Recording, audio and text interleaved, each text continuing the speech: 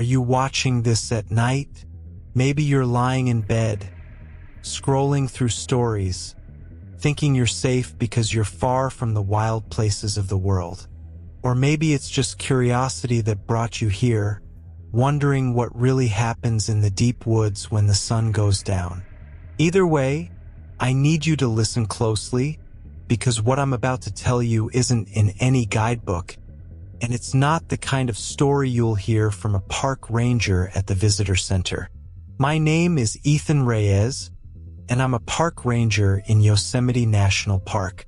I've spent years patrolling these forests, rescuing lost hikers, and keeping the peace between people and nature. I've seen mountain lions, black bears, and storms that can turn a sunny day into a fight for survival. But there's something in these woods that doesn't care about your maps, your gear, or your sense of adventure. Something older, stranger, and far more dangerous than any animal you'll find in a field guide.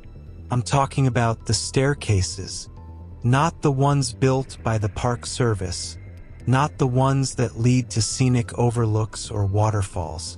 I mean the ones that shouldn't be there, staircases deep in the forest, standing alone, leading nowhere.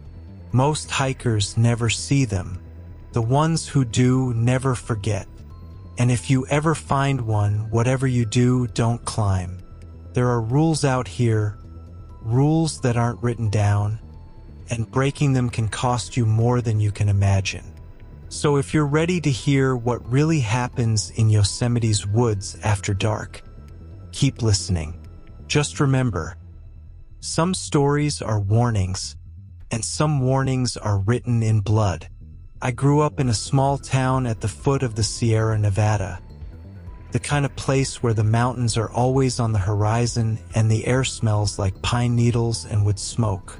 My earliest memories are of wandering the woods with my dad, learning to read animal tracks in the mud, listening to the wind in the trees, and feeling like the forest was a living, breathing thing. I was the kid who brought home frogs in my pockets and spent more time outside than in.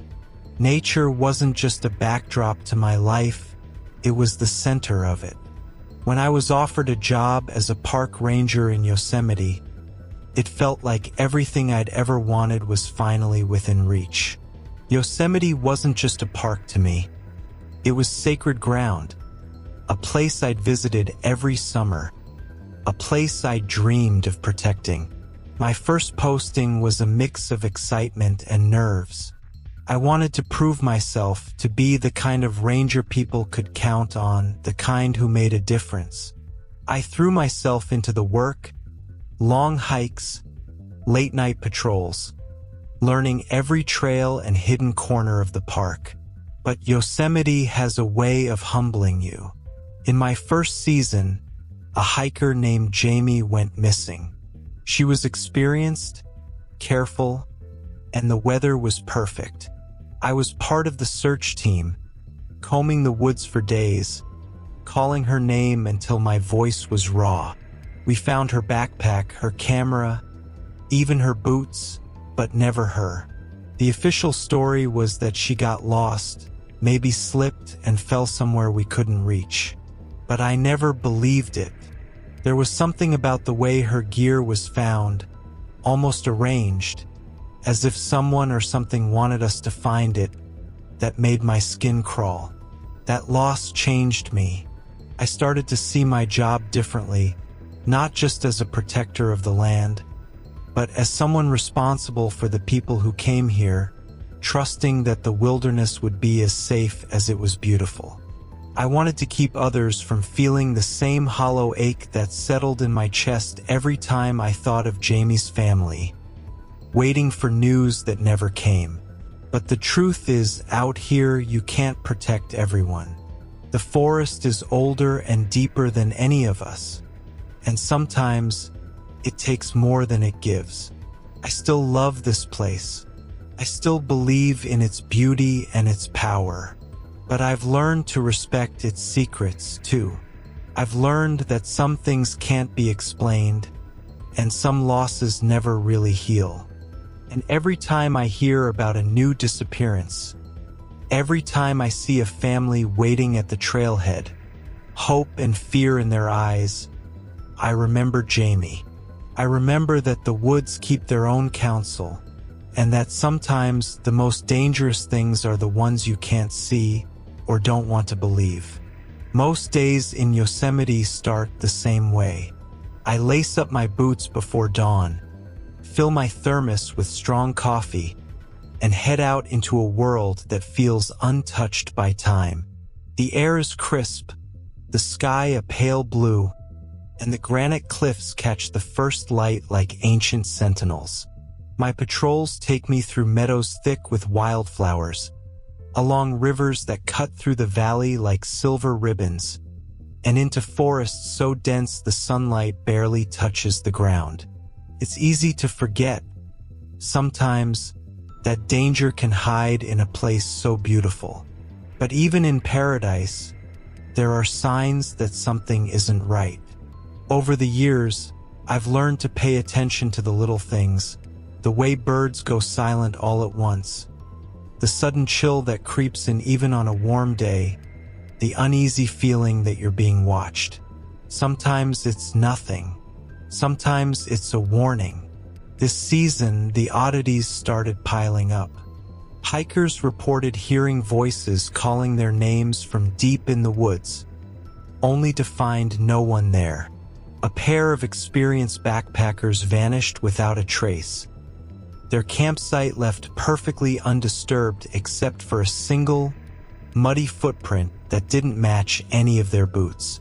Radios that worked fine in the morning would suddenly fill with static in certain parts of the forest, no matter how many times we checked the batteries.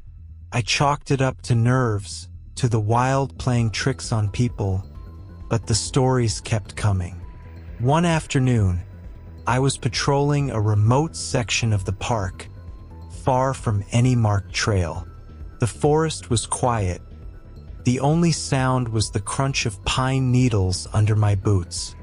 I was following up on a report of strange lights seen at night, probably campers with lanterns, I thought. But as I moved deeper into the trees, I felt the air grow heavy, almost electric. My radio crackled, then went dead. I stopped listening, and that's when I saw it. In a small clearing, surrounded by ferns and moss, stood a staircase. It was made of old, weathered wood, the kind you'd expect to find in a forgotten cabin, not in the middle of the forest. There were no handrails, no sign of a foundation, just a staircase rising up into nothing. Couldn't have been more than 15 steps, but it felt wrong, like it was waiting for something. The wood was too clean, untouched by rot or time, and the ground around it was undisturbed, as if nothing dared come close. I stared at it for a long moment, trying to make sense of what I was seeing. I reached for my radio, but it was still dead. I took a step closer, and the air grew colder. I felt a prickle at the back of my neck, the unmistakable sense of being watched. I backed away, heart pounding, and as I did, I heard a voice, soft, almost a whisper. "Don't talk about the stairs." I spun around, but there was no one there, just the wind in the trees and the distant call of a jay. I left the clearing as quickly as I could, not looking back. When I finally got a signal, I called in, but I didn't mention the staircase.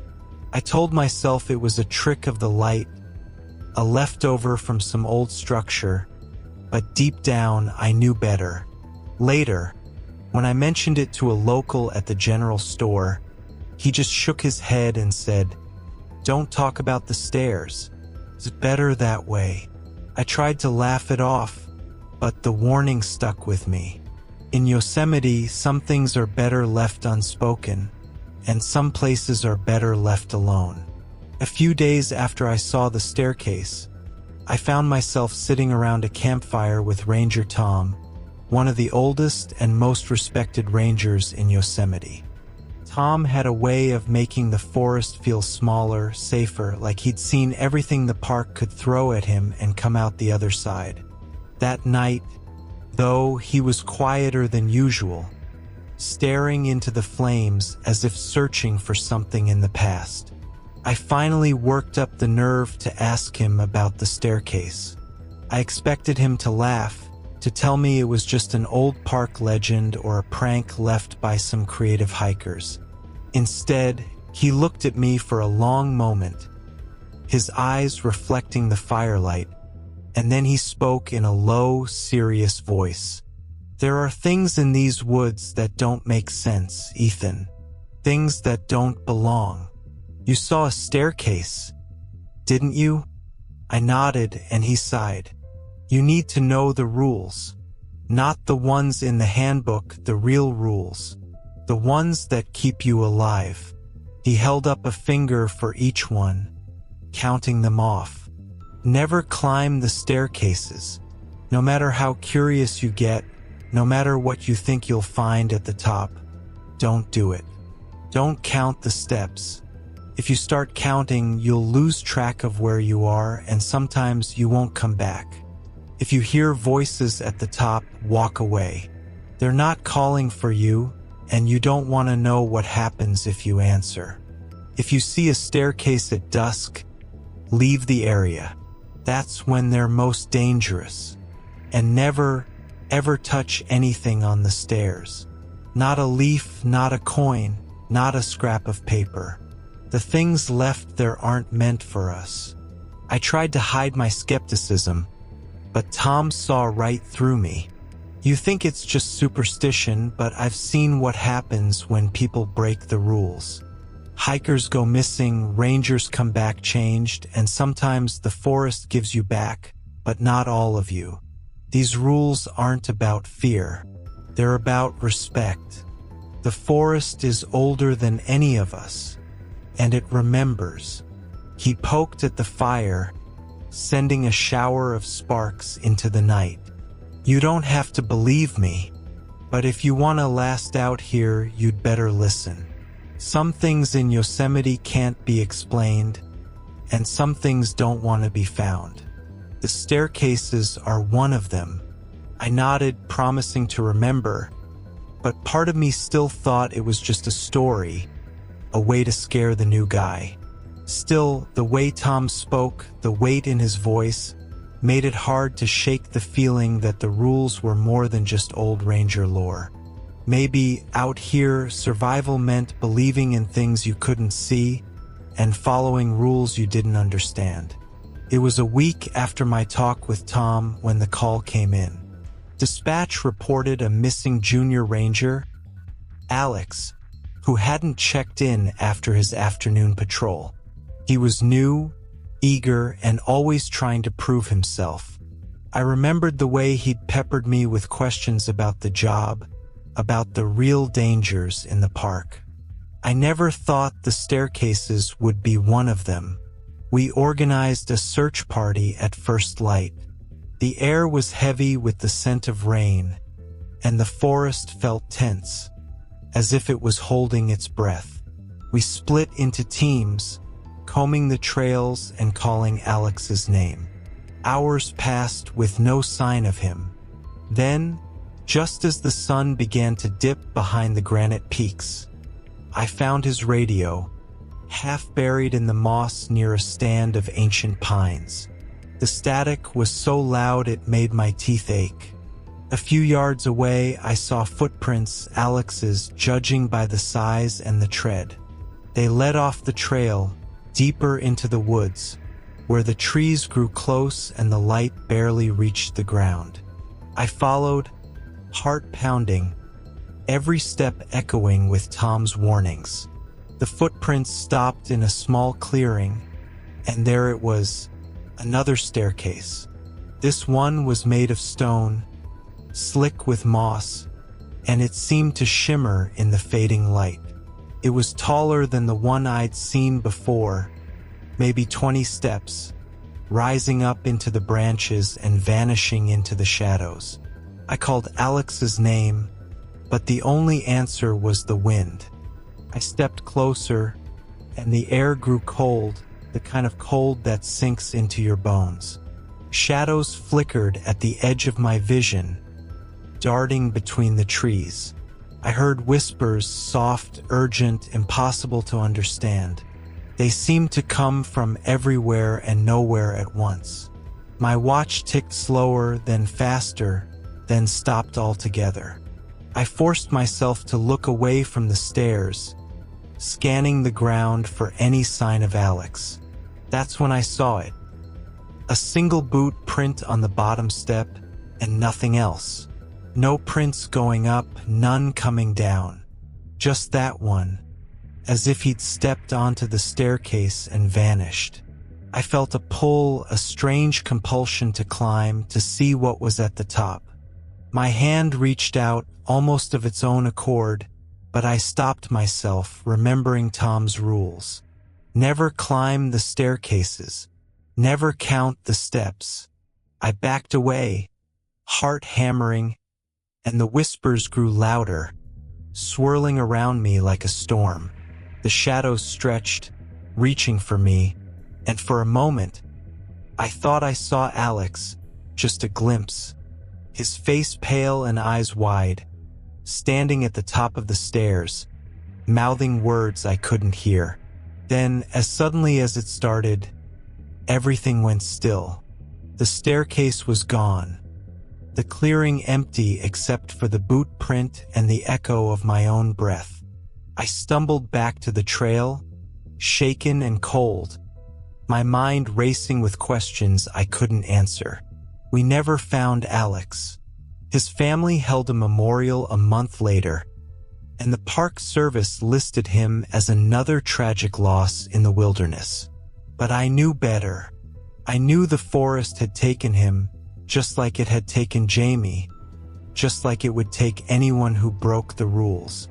After that day, I started seeing the staircases more often.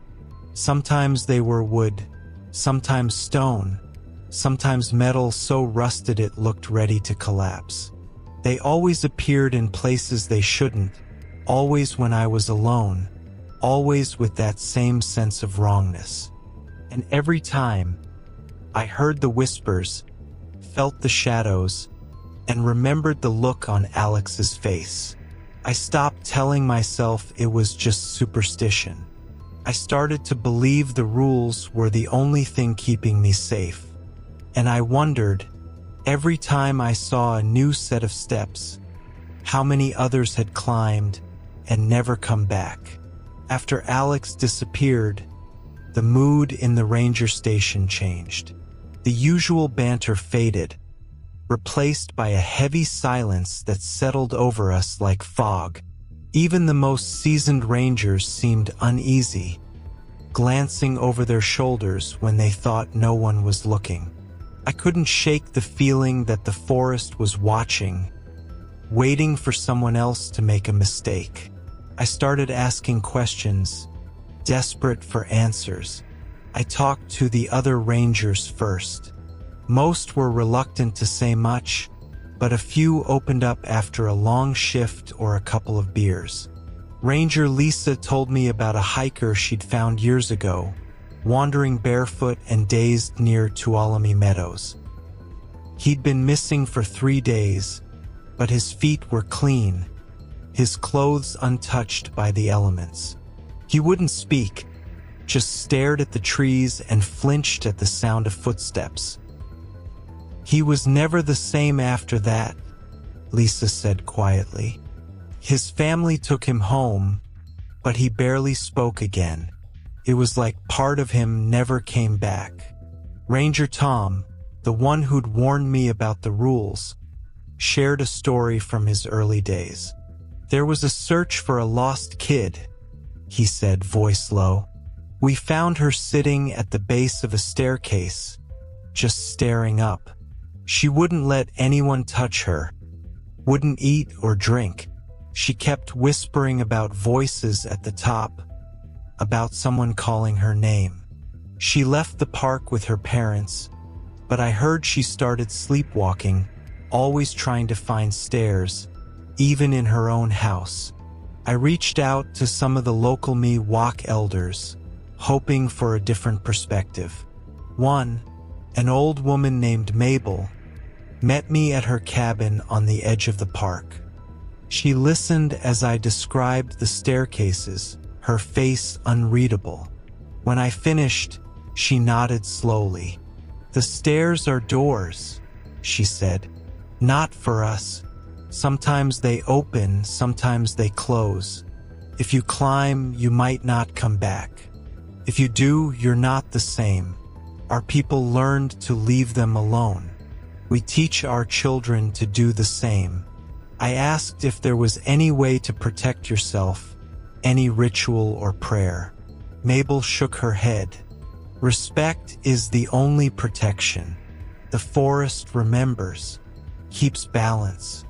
If you break the rules, you pay the price. Sometimes the price is small, a lost item, a strange dream. Sometimes it's everything." The more stories I collected, the clearer the pattern became. Every time someone broke a rule, climbed the stairs, counted the steps, listened to the voices, something happened. People vanished or came back changed. Some were hollow-eyed and silent, others obsessed with finding the stairs again, as if they'd left something behind. The community knew, even if they didn't talk about it openly.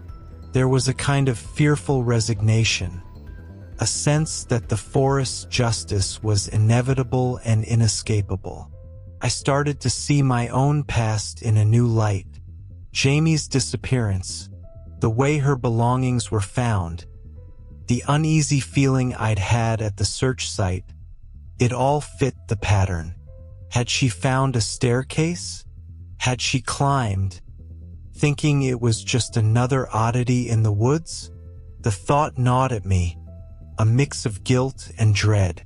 I realized I'd been so focused on protecting others, on being the responsible ranger, that I'd ignored the warnings right in front of me.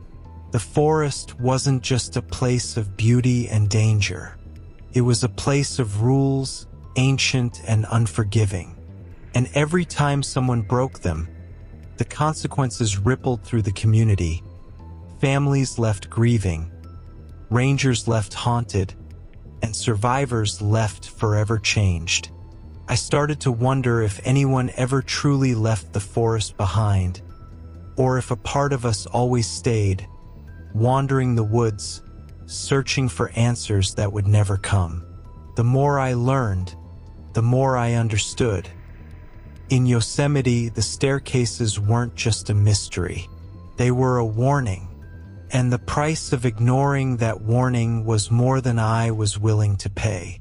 It was just after sunset when the call came in, a frantic voice on the radio, barely holding back tears. "My son, he's gone. He was right behind me, and then he was just gone." The dispatcher's voice was tight, urgent. "Ethan, you're closest. The family's near the old fire road, east of Cathedral Spires. The boy's name is Tyler. He's 8. I grabbed my flashlight and sprinted for my truck, heart pounding. The sky was streaked with the last light of day, the trees casting long, dark shadows across the road. I kept thinking about the rules, about dusk being the most dangerous time. I tried to push the thought away, focusing on the task at hand. A missing child. That was all that mattered. When I reached the site, the boy's mother was sobbing, clutching her husband's arm. "He said he saw stairs," she gasped. "He wanted to show me, but I told him to stay close." I turned around for a second, and he was gone. My blood ran cold. I scanned the woods, calling Tyler's name, but the only answer was the wind. I moved quickly, following the small footprints in the soft earth. They led off the trail, winding through the trees, deeper and deeper into the forest. The air grew colder, the silence pressing in. Then, in a small clearing, I saw a staircase, taller than any I'd seen before, made of smooth, pale stone that seemed to glow in the fading light. Tyler's footprints led straight to the base and then up. I hesitated, Tom's warnings echoing in my mind. Never climb the staircases, never count the steps. But I couldn't leave a child. I took a deep breath and started to climb, refusing to count, focusing only on moving forward. The air thickened, every step heavier than the last. Shadows flickered at the edge of my vision, and I heard whispers, soft, pleading, familiar. Halfway up, the world seemed to shift. The trees below faded into mist, and the sky above turned a deep, unnatural blue. I heard voices, Jamie's, Alex's, even my own father's, all calling my name, all begging me to turn back. I pressed on, my heart hammering, my mind racing with memories of every loss, every failure. Guilt washed over me, sharp and cold. Was I doing this for Tyler or to atone for all the ones I couldn't save? At the top of the stairs, the world opened up into a place that wasn't Yosemite anymore. The trees were taller, their branches twisted into impossible shapes. The air shimmered, and the ground was covered in footprints, small, large, some barefoot, some in boots. I saw Tyler, standing at the edge, staring into the distance. He looked back at me, his eyes wide with fear and wonder. "Tyler," I called, reaching for him. He hesitated, glancing over his shoulder at something I couldn't see. The whispers grew louder, swirling around us, promising safety, warmth, answers. I felt the pull, the temptation to let go, to follow the voices and leave the pain behind. But I remembered Tom's words, the rules, the stories of those who never came back. I knelt beside Tyler, forcing myself to ignore the voices. "We have to go," I whispered. "Don't look back. Don't listen. Just hold my hand." He nodded, tears streaming down his face. I took his hand and started down the stairs, refusing to count, refusing to listen. The world twisted around us, the shadows reaching, the whispers pleading. I focused on each step, on the warmth of Tyler's hand, on the promise I'd made to protect him. When we reached the bottom, the clearing was empty. The staircase was gone. Tyler collapsed into my arms, sobbing. I held him tight, my own tears mixing with his. I'd broken the rules, but I'd brought him back. As I led him through the woods, back to his parents, I realized I'd faced not just the forest, but my own guilt, my own fear. And for the first time in a long time, I felt something like hope. The walk back through the woods with Tyler felt like moving through a dream. The air was thick, every sound muffled, every shadow deeper than it should have been. I kept glancing over my shoulder, half expecting to see the staircase reappear, or to hear those voices again, calling me to climb. Tyler clung to my hand, silent now, his eyes wide and haunted. I could feel the forest pressing in, watching, waiting to see what I would do next. We were almost to the trailhead when the world seemed to shift again. The trees closed in, the path behind us vanished, and the air grew colder. I stopped, heart pounding, and realized we were no longer alone. Shadows moved between the trees, tall, thin figures with faces I couldn't quite see. The whispers returned, louder this time, swirling around us like a storm. One of the figures stepped forward, its form flickering between human and something else. Its eyes glowed with a cold, pale light. "You broke the rules," it said, its voice echoing with 1,000 others. "You climbed the stairs. You brought one back. There is always a price."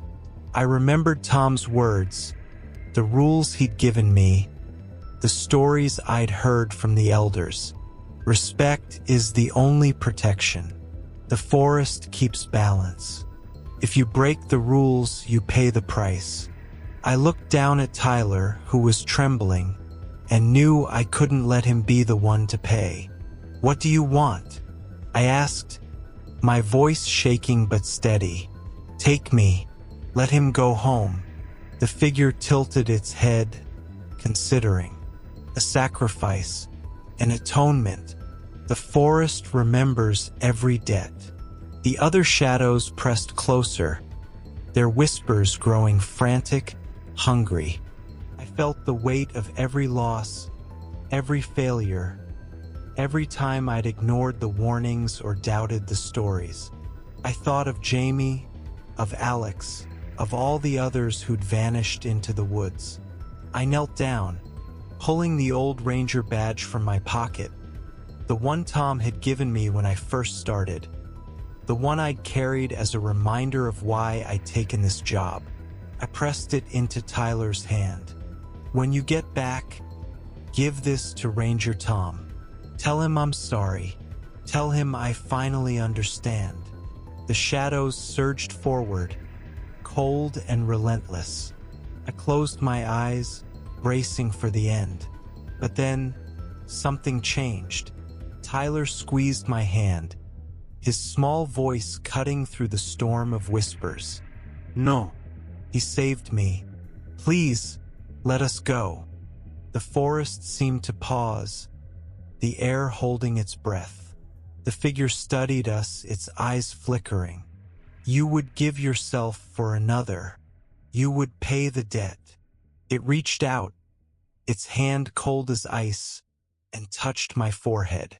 Pain shot through me, memories flashing, Jamie's smile, Alex's laughter, every moment of fear and hope and loss.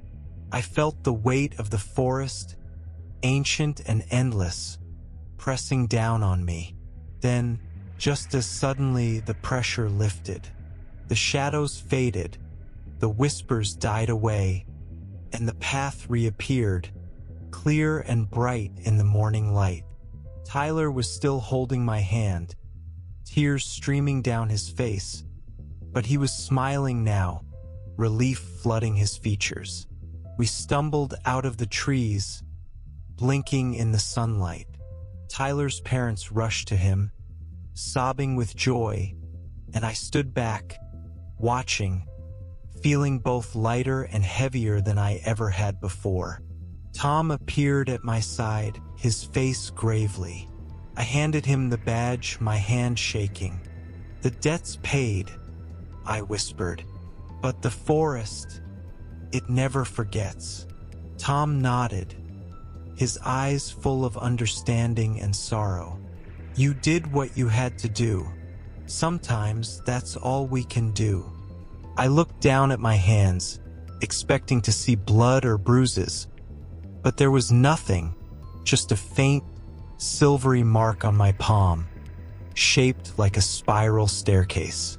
I knew then that I'd been changed, marked by the forest, bound to its rules in a way I couldn't escape. As the days passed, I found myself seeing the staircases more often. Sometimes they were just glimpses, half hidden in the mist or the shadows. Sometimes I heard the voices, soft and distant, calling me to climb, but I never did. I remembered the price, the pain, the sacrifice. I remembered Tyler's face, the relief in his parents' eyes, the weight of the badge in my hand. I started warning others, repeating the rules Tom had given me. Some laughed, but most listened. The story spread, and the staircases became a secret shared by those who knew. A warning passed from ranger to ranger, hiker to hiker. I knew I'd never be the same, that the forest had taken something from me and given something back in return. But I also knew that I'd survived, that I'd paid the price and came out the other side. The forest had tested me and I'd passed, barely. I was marked, changed, but alive. And as long as I remembered the rules, as long as I respected the balance, I hoped I could keep others safe from the things that waited in the shadows, from the staircases that led to nowhere, and from the debts that could never truly be paid. Returning to the ranger station with Tyler felt like waking from a fever dream. The sun was already high, the world outside bright and ordinary, but I felt anything but normal. Tyler's parents clung to him, tears streaming down their faces, and the other rangers gathered around, relief and disbelief mingling in their eyes. Tyler was safe, but he was quieter than before, his gaze distant, as if part of him was still listening for whispers in the trees. Word spread quickly through the park. Some called it a miracle, others a fluke, but everyone felt the shift.